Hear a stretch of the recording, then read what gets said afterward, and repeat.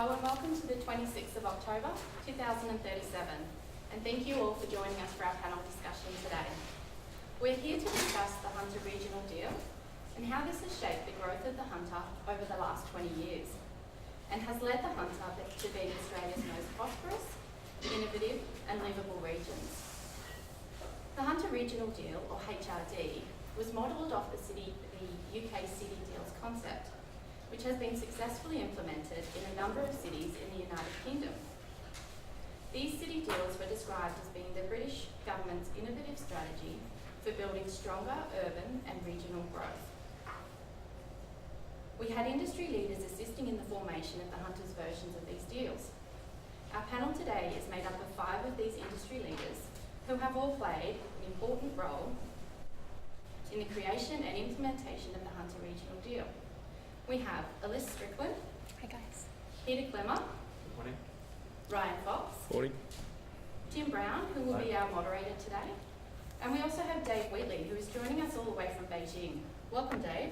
Thanks, guys. It's nice to be on the panel.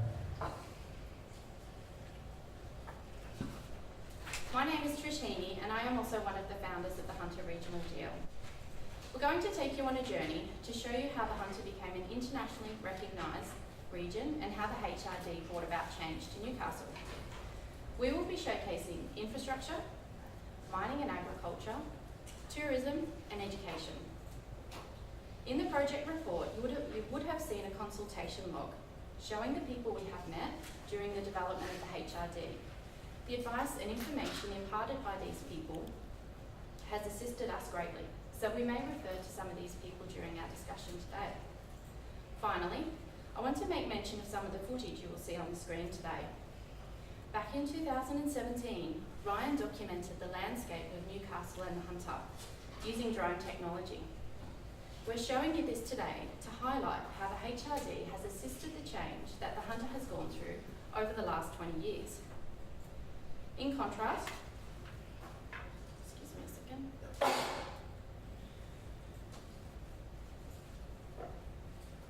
In contrast, you'll see the computer-generated imagery developed by Peter in 2017, which shows how we thought the Hunter would look in 2037. So I'm going to kick things off with you, Tim.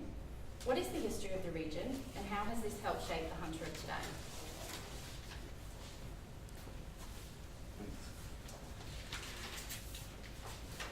Thank you, Trish. So the Hunter certainly has a unique history, which has seen it to be able to successfully adapt and respond to the ever-changing market trends, both domestically and internationally. This has been demonstrated through the successful navigation of major disruptions to the local economy, for example, the closure of the BHP steelworks, the earthquake and the cyclic nature of the mining industry. By 2017, markets were becoming more globalised and the world was becoming more and more connected. The wave of globalisation was upon us, and we needed to ensure that we were able to ride this wave to prosperity. The consequences of missing it was dire and something that we weren't going to let happen. The mechanism we chose to catch this wave was the Hunter Regional Deal. Thanks, Tim. So can you tell us more about the Hunter Regional Deal and where it actually came from? Certainly. So our vision was to make Hunter Australia's most innovative, prosperous and livable region. Rather than focus on one idea for one sector, we were looking for an opportunity to create an idea that would benefit all sectors throughout the entire region. As Trish mentioned earlier, the HRD was modelled off European concepts which have been successfully implemented in a number of European cities, and effectively it's a strategic plan for the region that we could use as a guide for decision making that would benefit all. Key to the success of the HRD was our ability to innovate an established concept and make it work for the Hunter. We knew we couldn't be all things to all people, but we were going to try. The HRD was developed in consultation with the key stakeholders in the region, including, for example, the then Minister for Infrastructure, Andrew Constance, Jonathan Vandervoort, the President of the Hunter Business Chamber, Bob Hawes, the CEO of the Hunter Business Chamber, and Peter Gesling, the Chairman of the airport, just to name a few.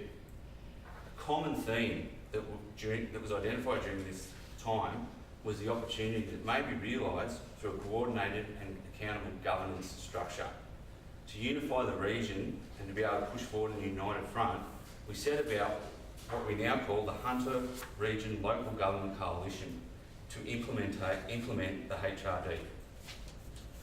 The 4 key objectives of the deal was around implementing an appropriate governance structure, fostering innovation, construction of hard infrastructure projects, and creating a vibrant and livable region. Achieving these 4 objectives has been the catalyst for developing the Hunter into what it's become today, and an enabler that allowed the Hunter to be a place where people wanted to live, work and play. As you can see here on the timeline, there was a number of infrastructure projects that we facilitated through the Hunter Regional Deal. I'm just about to introduce Peter, who is going to talk to 3 specific of those projects.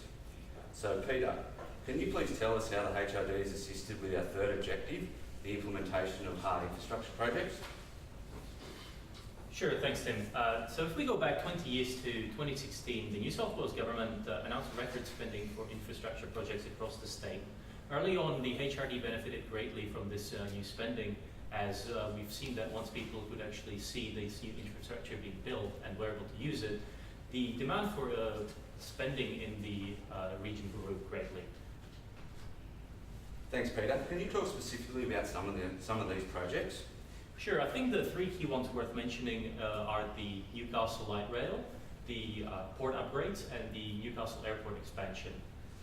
Behind me you'll actually see some of the footage that Trish mentioned earlier.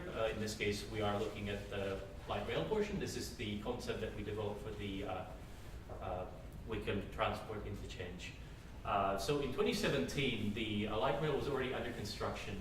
What we did as part of the HRD was to work with the key stakeholders, including the local residents, the government and the businesses, to establish where this where this light rail should be expanded to and what route it should take. The initial first obvious choice was the university campus in Callahan. Moving on to the port upgrades, we actually have 2 pieces to that.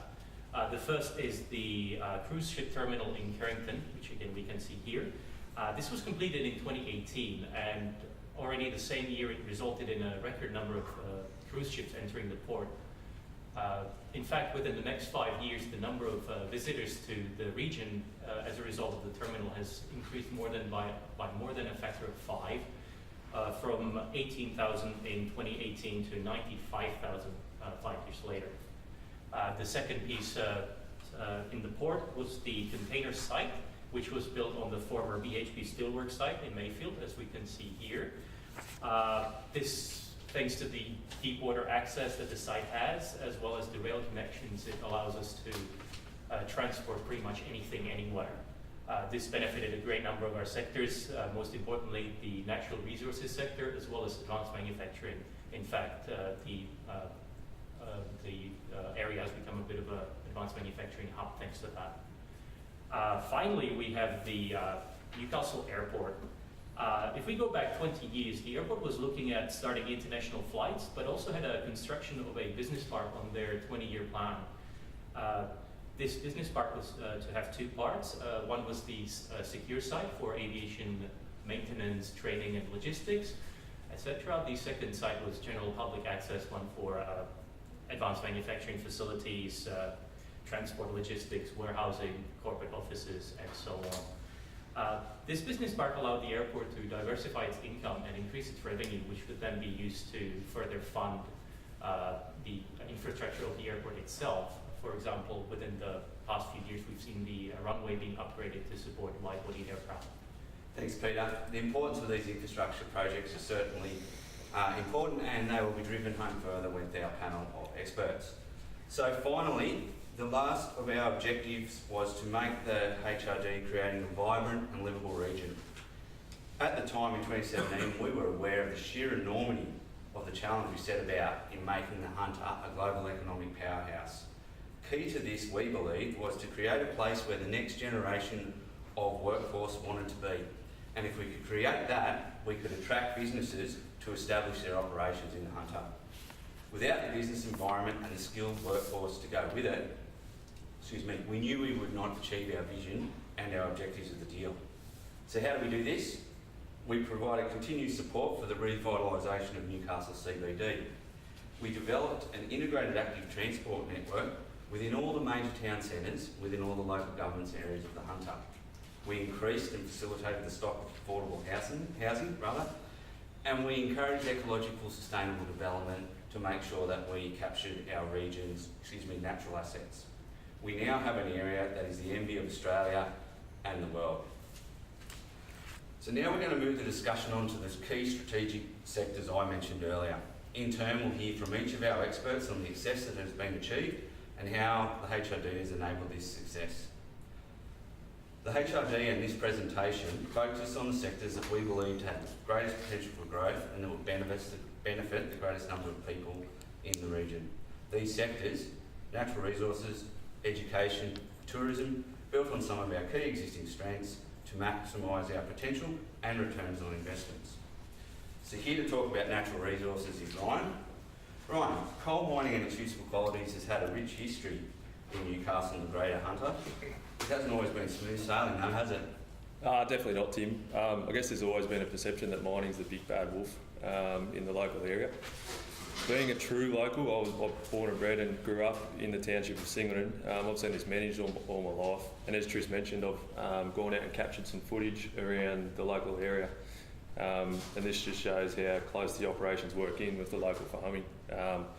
Operationally though, the sites I guess have broad ownership of a lot of land in the Hunter due to purchasing a lot of that land for buffer. Thanks, Ryan. Interesting comment you make. Why would you spend so much money on land they don't intend on mining? Yeah, good question. I guess they're consented to, so when the operations put their plan forward, there's an area where they take ownership of certain land, but also assist to manage that buffer between farming and neighbouring people. Fabulous. How big was the potential in terms of available land, Ryan? Yeah, it's massive, and if no one's been there, you can see the scale in the footage. There's 20 operating coal mines in the Hunter. Every one of those operations carry at least 500 hectares of grazing land or rehabilitated land, and they rehabilitate 80 hectares every year, so it continually grows. Wow. It's evident on that footage that the operation is quite large. So how do we bridge this gap? Because we certainly saw growth in the beef industry over the last 15 years. Yeah, always, I guess, the mines have worked close with neighbours. What the HRD did was pick up on what the DPI started in 2014. They did a lot of testing of the benefits of cattle grazing on rehabilitated land and the increased weight they put on. So the HRD grabbed hold of this and seized the opportunity to partner with the local farmers and establish a cost-effective leasing arrangement. We supported them in drier times, which happens like the cyclic nature of mining. And Dave, I guess, will touch on his part about how the beef industry exported to the likes of China. So the results sparked the interest in utilising this land. Were the growths, did we continue to see the growth? We certainly did. There was a lot of turnover. As I mentioned, the rehabilitated land continues to grow every year, so there's opportunity to continue growing the herds, and it's very marketable to the likes of China with the Hunter as a background. Thanks, Ryan, and thanks for supplying the footage. We now have Dave Wheatley, who couldn't be here today as he's negotiating new deals in China. Dave is joining us via video link.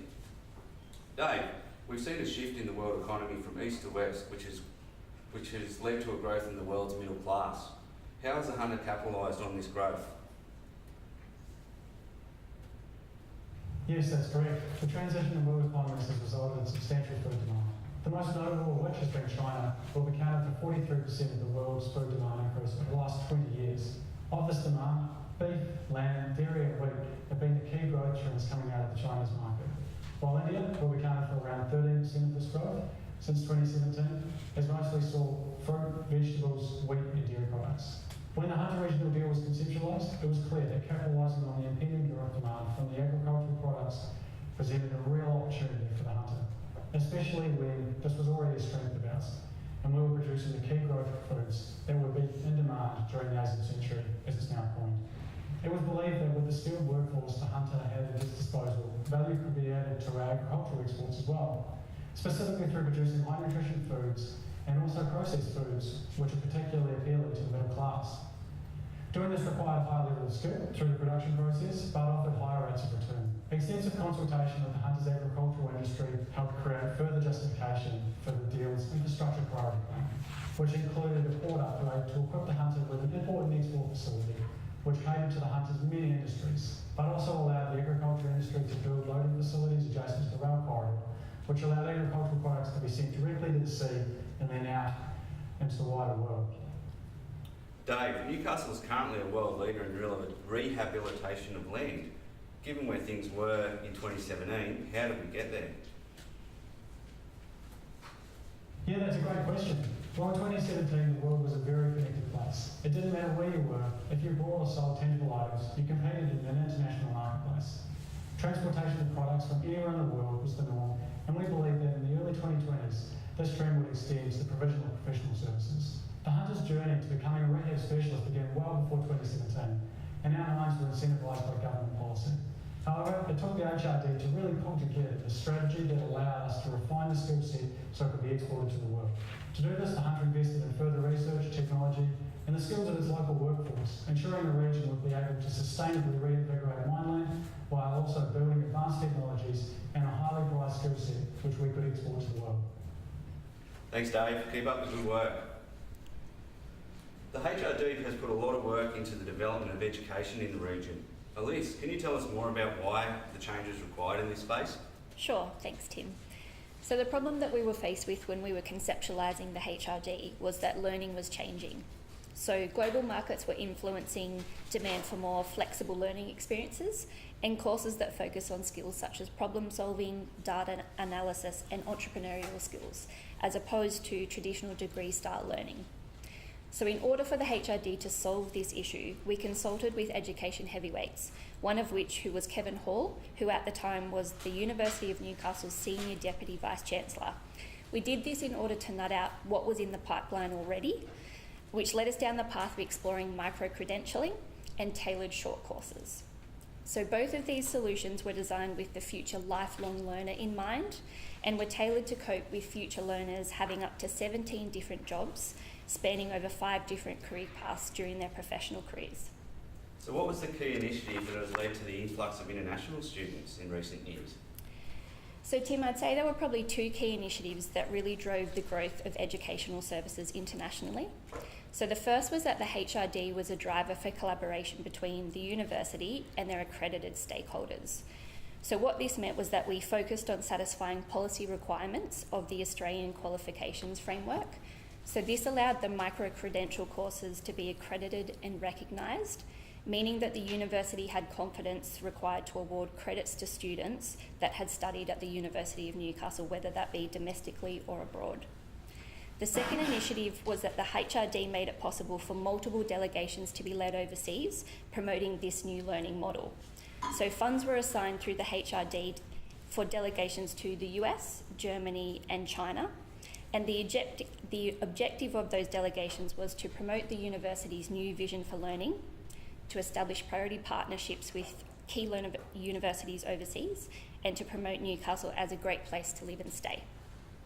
So along with being able to offer international students a unique selection of courses, how else did we entice them to complete their studies here?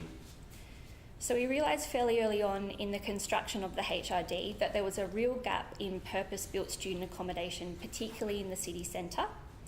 So as part of the infrastructure objectives of the HRD, Newcastle City Council agreed to the approval of a number of high-rise developments in the city centre, but these were designated only for developers focusing on quality yet affordable student accommodation.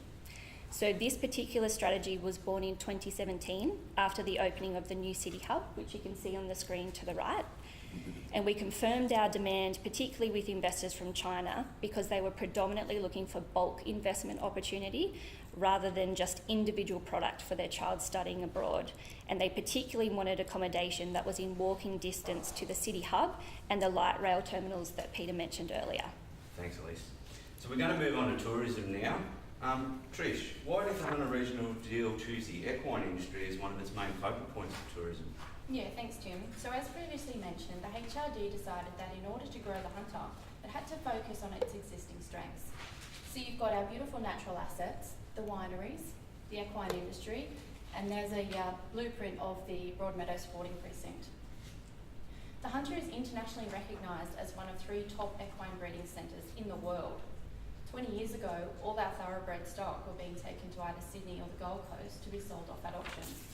And this meant that the Hunter was losing out, with the benefit of these major events going to the other cities. The Hunter at the time did not have a suitable venue to host such an international event, nor did it have an international airport for these people to fly into. So how do we achieve this growth in the tourism sector? Yeah, so initial stages saw consultation with key industry members. So we had tourism, the racing industry and thoroughbreds. Consultation with Hugh Cable, the then Chief Advisor to Adam Marshall, New South Wales Minister for Tourism, taught us that all we needed to do to gain support from the biggest tourism body, Visit New South Wales, was to demonstrate that the initiative would increase overnight visitor numbers to the area, as this was their only KPI. And this is what we did to gain the support that was required. So tourism in the region has tripled in the last 20 years. Can you tell us how the HRD has assisted with this growth through the Hunter Horse Week? Yeah, sure. So Hunter Horse Week is certainly one of the key success stories that has come from the HRD. The inaugural event was first held in 2023, with the main sales event being held at the newly built arena at the Broadmeadow Sporting Precinct.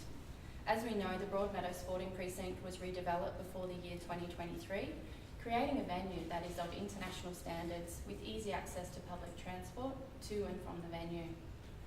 Trish, can you tell us how else this event showcases the region, what the region has to offer?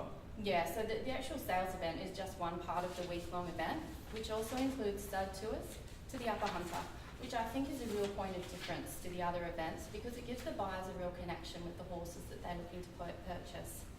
There is also the Port Stephens Golf Day and the Ladies' Luncheon in the wineries. And then the week is concluded with the Hunter Horse Week Race Day, held at the newly revamped Newcastle Jockey Club. The effect of the Hunter Horse Week is far-reaching. Most of the visitors stay at least 2 nights in Hunter hotels. They dine out in our local cafes and restaurants. They visit the region's tourist attractions. They use our public transport, and they also fly into our international airport. So the impact on the supply chain is far-reaching. Thanks, Trish. Look, I think it's pretty clear that the success of the HRD has been really about building on the region's existing strengths, as demonstrated by Ryan, Dave, Elise, Trish and Peter. So I'm just going to ask Elise now to come and sum up and conclude our panel discussions this morning.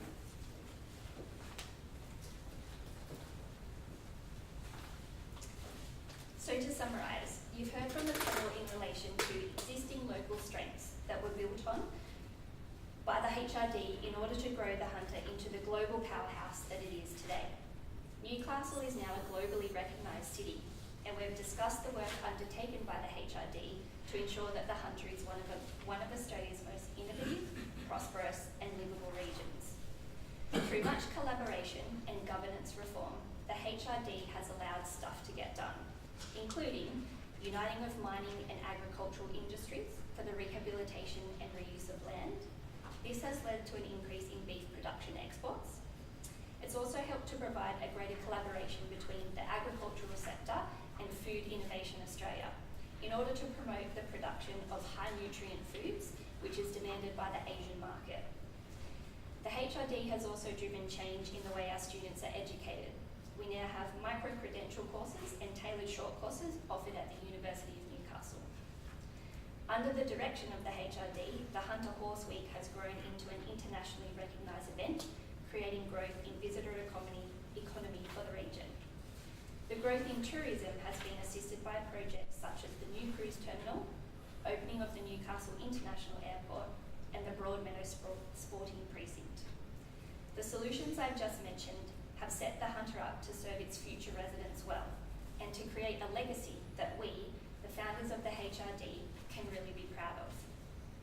So in closing, bringing the UK model of a city deal to the Hunter and tailoring it to the local strengths to gain global reach was a stroke of genius.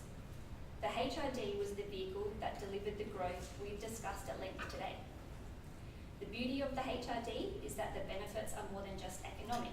They're social as well, with the Hunter of today being a vibrant, innovative and affordable place for its residents to call home. To finish, I'd like to leave you with our motto, because I think it sums up our idea and its legacy perfectly. The Hunter Regional Deal, ensuring the Hunter became a leader in global exports, as well as one of Australia's most desirable places to live. The Hunter Regional Deal, local strengths, global reach. Well, that's all we have time for today. Thanks for joining us on our panel, and thanks for joining us, Dave. Thanks for having me, guys. I'll see you back on the Hunter. And we'd now like to open the floor up to questions.